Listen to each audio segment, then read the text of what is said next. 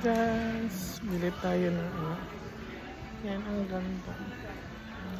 Mga bulaklak. Yan.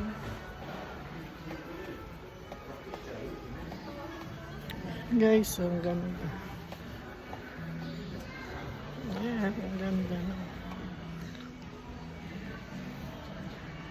Yan, ang ganda ng mga bulaklak. Yan.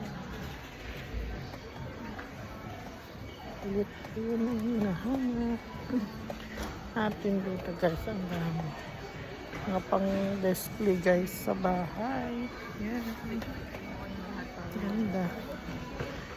Hanap ako ng frame guys para sa bahay kasi galing ano kami sa transfer namin ikaw yan.